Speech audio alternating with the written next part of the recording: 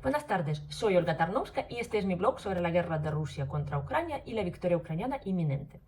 Este vídeo va a ser un vídeo extraordinario que he grabado durante la realización de un proyecto que hemos hecho con Ana Suriñach, fotoreportera española y fotógrafa, este proyecto dedicado a los desaparecidos en Ucrania. Voy a hacer varios vídeos con diferentes temas. Es un tema muy difícil, muy complicado, porque hay, según los datos del gobierno ucraniano, a día de hoy en nuestras bases de datos hay de 45.000 a 50.000 personas que se consideran desaparecidas por la guerra. Entonces, esa cifra varía porque también son tanto civiles como militares, ¿vale? Cuando una persona está fuera de Ucrania y no tenemos ninguna noticia desde que empezó la guerra, pues se considera desaparecida. A veces, cuando esa gente aparece, vuelven del cautiverio ruso, básicamente, ¿no? O se identifican sus cuerpos, que también hay como varios miles de cuerpos sin identificar, 2 o 3 mil cuerpos, y que nadie busca. Entonces, es un tema, como yo he dicho, doloroso. Entonces, en el ámbito de estos proyectos hemos conocido a familias de desaparecidos, a las madres básicamente y mujeres. Entonces hemos descubierto que la búsqueda de los desaparecidos es una cosa muy femenina, ¿no? Todas las activistas y las centenas de asociaciones, tanto de militares como de civiles, normalmente son lideradas por las mujeres. 90 y tantos por ciento, 5% son mujeres. Pero también hay momentos interesantes de colaboración a nivel internacional. Y la Cruz Roja, a la que criticamos tanto, está también colaborando bastante en este tema. Pero claro, lo hacen a nivel personal, a nivel del gobierno, a nivel institucional y de ayuda. Entonces, hoy os presento la entrevista que hemos hecho a Luis von der Breider. Es un forense argentino mundialmente conocido y creador del equipo argentino de arqueología forense. Ana es fan de Luis, así que ella le he hecho esta entrevista. Yo también he hecho algunas preguntas. Así que creo que va a ser interesante, ¿no? Porque hay muchísimos países del mundo que están afectados por el tema de los desaparecidos. Básicamente son rutas migratorias, ¿no? Cuando la gente se pierde en el camino y nadie les busca, ni su estado, ni el estado donde iban, ni sus familias tienen ni medios ni posibilidades de encontrarlo. Ucrania está en una situación diferente. Sabemos que la gente desaparecida o está muerta o está en cautiverio de los territorios ocupados o en Rusia, ¿vale? En cautiverio ruso. Así que todo lo que nosotros intentamos conseguir es obligar a Rusia a informar sobre esta gente. Entonces, si Rusia nos hubiese dado la información sobre todos los detenidos, y pueden ser hasta 28.000 personas, ¿vale? Entre civiles y militares, pues podríamos aclarar nuestras listas. Pero mientras tanto, centenas de miles de familiares quedan ante una incógnita. Y además hay muchos cuerpos que se quedan en el campo de la batalla y probablemente nunca van a ser encontrados, porque la guerra sigue, no hay acceso a muchas zonas, los cuerpos se deterioran muy rápido. Entonces todo esto es una cosa enorme que Ucrania va a afrontar ahora, estamos afrontando y vamos a seguir afrontando durante decenios de años. Así que os invito a escuchar a Luis von der Breider. Cuesta pronunciar su nombre y vais a ver también algún momento argentino que me ha gustado en esa entrevista. Y nada, os digo venceremos porque al final ya no lo voy a decir. Me interesa saber cómo estaba preparado el sistema ucraniano desde 2014 y especialmente luego con la escalada de la violencia como... Sí. Bueno, Ucrania, como todos los ex países que fueron parte de la Unión Soviética, heredó una tradición de trabajo forense y criminalístico bastante antigua, pero no muy actualizada. Entonces, algunos países, cuando comenzaron los problemas, como la zona del Cáucaso y Ucrania entre ellos, no estaban totalmente preparados cuando tuvieron que enfrentar las miles de víctimas de un conflicto. Eso se refleja en algunos problemas en cuanto a la identificación de los cuerpos en cuanto a la metodología que usan dependiendo totalmente de la genética. Lo importante es que algunas organizaciones como el Comité Internacional de la Cruz Roja tienen una presencia permanente y eso les permite hablar constantemente con los agricultores, y la función de la Cruz Roja no es investigar un caso, sino asesorar a los interlocutores, a los gobiernos, en aplicar los mejores procedimientos que tenemos en el mundo en cuanto a la recuperación y análisis de cuerpos. Entonces, desde el año 2015, luego de la primera invasión rusa a Ucrania, las autoridades locales se han organizado y se han formado comités especializados en buscar a las personas desaparecidas, ha mejorado la calidad de los servicios forenses, han recibido donaciones de diferentes sectores, especialmente de la Cruz Roja, para mejorar las morgues, los procedimientos, equipamientos, y eso lleva a que con la nueva invasión rusa estén mejor preparados que en el año 2015. No obstante, como cualquier conflicto, las dimensiones hacen inabarcable para cualquier país del mundo procesar miles y miles de cadáveres, no solamente cadáveres ucranianos, sino también cadáveres rusos y de otros ciudadanos que están combatiendo. Ellos han abierto ya el registro para personas desaparecidas, ¿no? El centro, bueno, en circunstancias especiales. ¿Esto es simbólico? ¿Tiene sentido que lo hayan hecho ahora? Porque Mercedes me comentaba que es algo que normalmente se hace después, ¿no? Con el posconflicto. Lo que sucede es que de todas las experiencias que hay en el mundo no hay una única que haya hecho de la mejor manera. En el caso de Ucrania han tardado un poco en abrir este registro, porque también lo que sucede cuando hay una guerra, un conflicto, las estructuras burocráticas del Estado no están preparadas para abordar ese conflicto, entonces buscan diferentes mecanismos, sumado a la llegada de organismos internacionales que vienen con agendas propias, entonces de alguna manera le agregan confusión a esta problemática. Lo importante es que el país se ha seguido preparando para estas circunstancias, a pesar de tener miles de muertos. Identificar un cuerpo significa comparar información, comparar cómo era esa persona en vida, que es información que tienen los familiares directos de las víctimas y además registros médicos, odontológicos, con la información que surge de los cadáveres.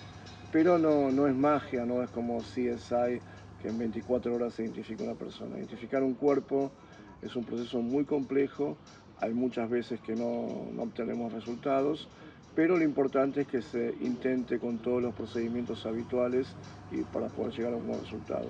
Y en esto es clave la confianza y la credibilidad de los familiares, que tampoco siempre están en el país. Hay miles de ucranianos que perdieron sus seres queridos, que ya no viven en Ucrania, pues están desplazados en Alemania, en Polonia, en Moldova y otros países, que no es tan fácil ubicarlos. Entonces, este proceso de identificar a las víctimas va a tomar décadas, lamentablemente, como pasó en Argentina, en España y en todos lugares del mundo que tuvieron procesos de violencia interna y que al día de hoy siguen buscando a sus seres queridos.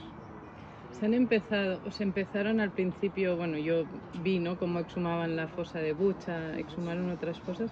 ¿Se están siguiendo exhumando fosas o cuál es la estrategia que están siguiendo? Bueno, hubo un proceso con mucha mediatización impulsado por la Corte Penal Internacional, donde se hicieron algunas exhumaciones en Bucha, donde vinieron equipos de algunos países europeos. Es una parte, digamos, del show, llamarlo entre comillas, que siempre sucede, pero eso ya han seguido trabajando. De alguna manera no necesitan tanta ayuda externa, porque tienen una oficina del procurador, tienen especialistas forenses. Las condiciones de Ucrania no se comparan a lo que es Ruanda o Burundi, donde hay una carencia total de todo.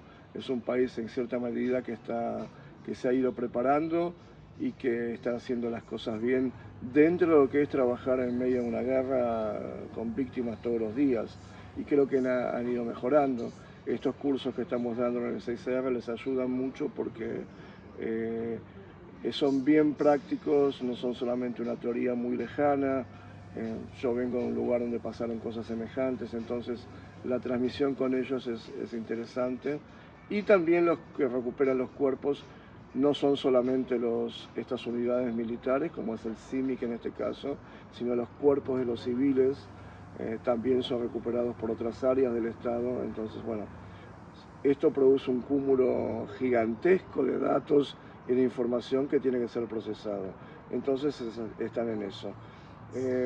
Hay que sacarse de la cabeza las soluciones rápidas e inmediatas. Nunca ha pasado ningún conflicto del mundo, y como decía antes, lo importante es que más allá de cuando termine esta guerra sea una política del Estado seguir trabajando en la búsqueda e identificación de los fallecidos.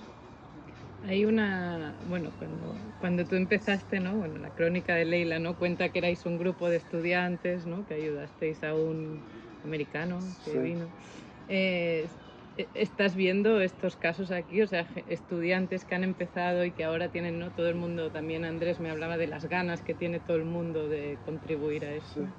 Sí, de alguna manera, si bien los contextos son diferentes, como decías, cuando yo empecé era un voluntario, y esta gente que estamos capacitando, que no son ni médicos, ni criminalistas, ni antropólogos, son voluntarios del ejército que están haciendo esta tarea, que tienen toda mi admiración porque están arriesgando la vida, jugándosela, y creo que muchas veces se piensa que esta gente, que en la terminología del CICR se lo llama First Responder, que es la gente que responde primero, están haciendo las cosas bien dentro de sus posibilidades.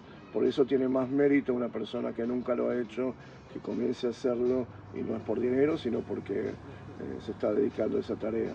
De alguna manera es como cuando empezamos nosotros el primer año, y creo que muchas veces cuando uno empieza de esa manera le pone algo más a la tarea, que es un extra, que no está en los libros, que no está en la academia, pero que sí está en esta gente. Y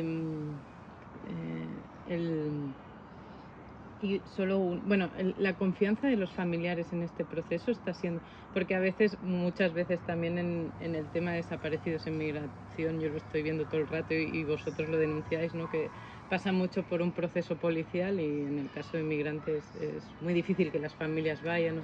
Aquí pasa un poco, o aquí la confianza es plena, o sea, es mucho más fácil Los familiares en ningún lugar del mundo tienen plena confianza en el Estado.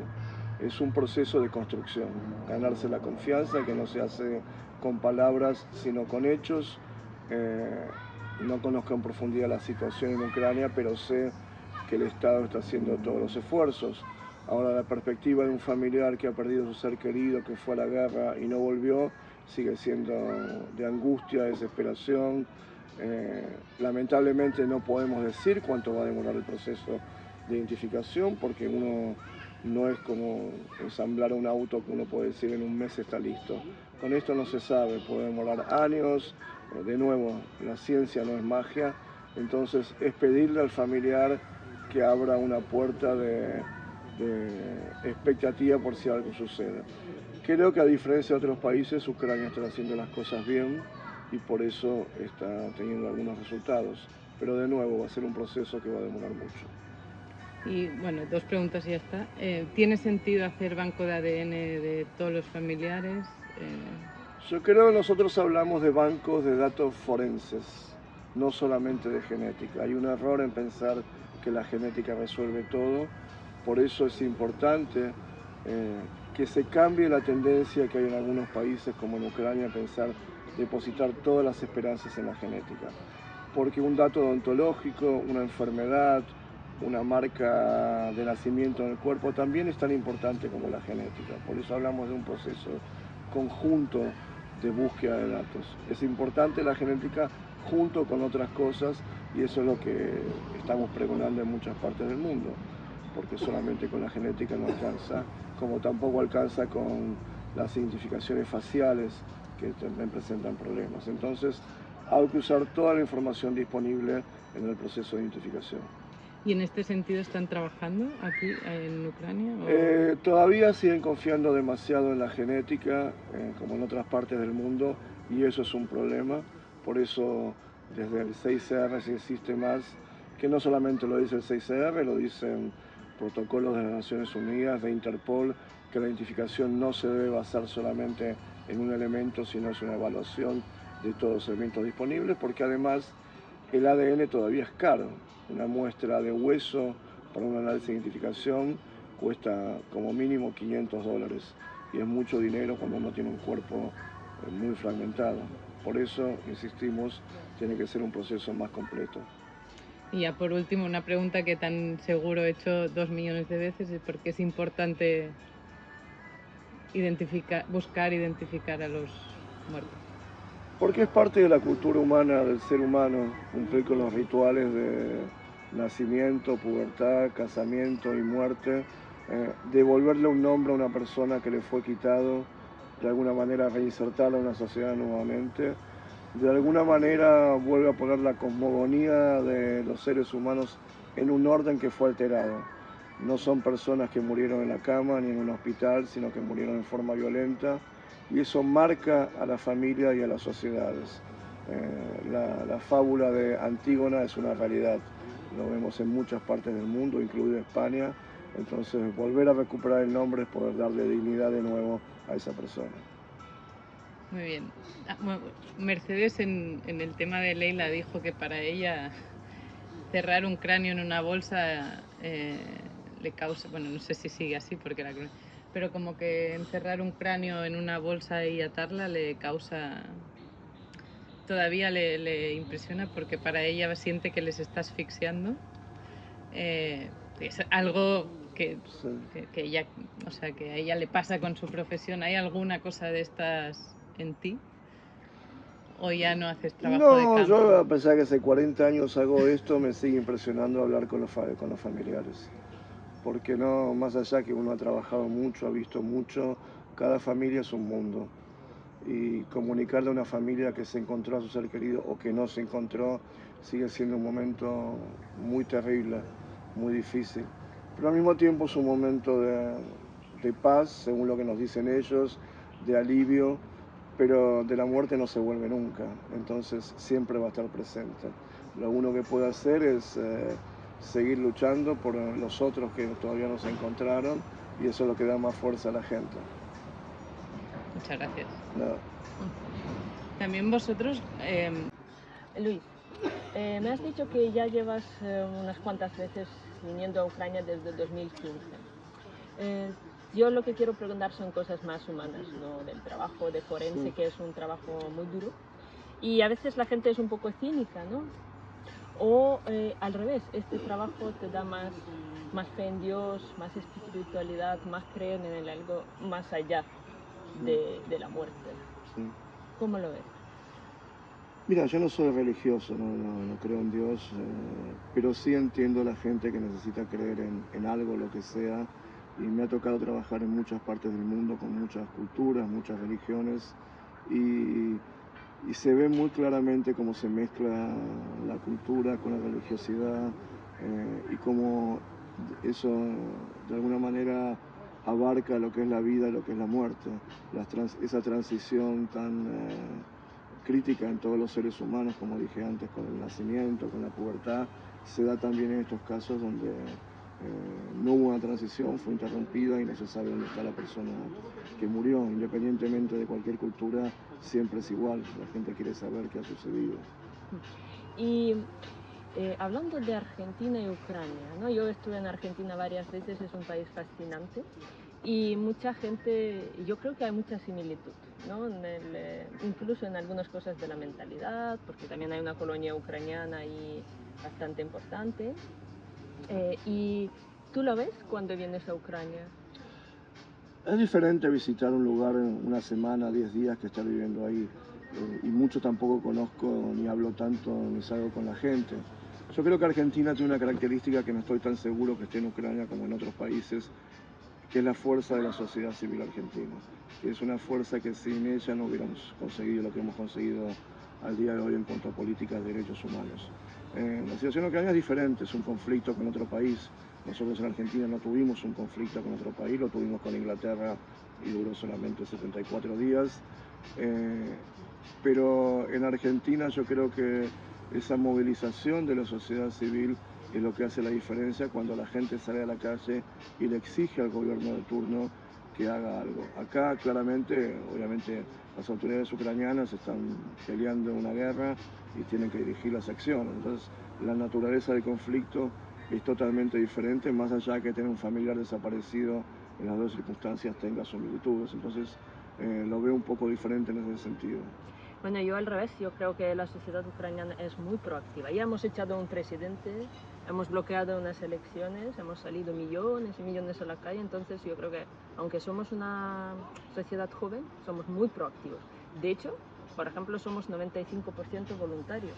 O sea, estamos haciendo ahora con la guerra, pero claro, es una situación diferente. Diferente. ¿No? Porque es una amenaza existencial para el país y hay que hacerlo si quieres sobrevivir. Pero también, claro, si tienes un gobierno extraño o autoridades extrañas, también hay que hacer esas cosas para sobrevivir. Sí, es verdad que Entonces, también hacia afuera de Ucrania el conocimiento que tenemos, por lo menos los últimos, de comenzó la primera invasión, es muy limitado porque está el discurso de un gobierno que quiere sobrevivir. Yo no puedo hablar de los hechos de corrupción, otras cosas que han sucedido en Ucrania, y otras características de la sociedad ucraniana, porque no los conozco. Entonces, yo soy muy cuidadoso cuando hablo de otro país, porque apenas puedo explicar mi país. A pesar que soy argentino, si alguien me pregunta qué es el peronismo, me ponen en problemas explicarlo.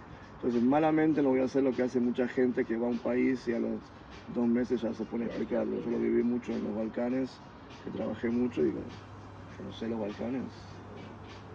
No, agarrar el diario, ver los medios de comunicación y ponerse a explicar un país es algo que nunca haría porque es muy limitado lo que puedo decir. Son impresiones muy generales.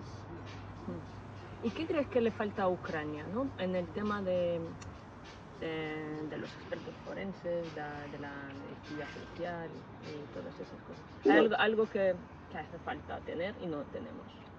yo creo que en general siempre el problema en estas circunstancias es la coordinación entre instituciones del Estado.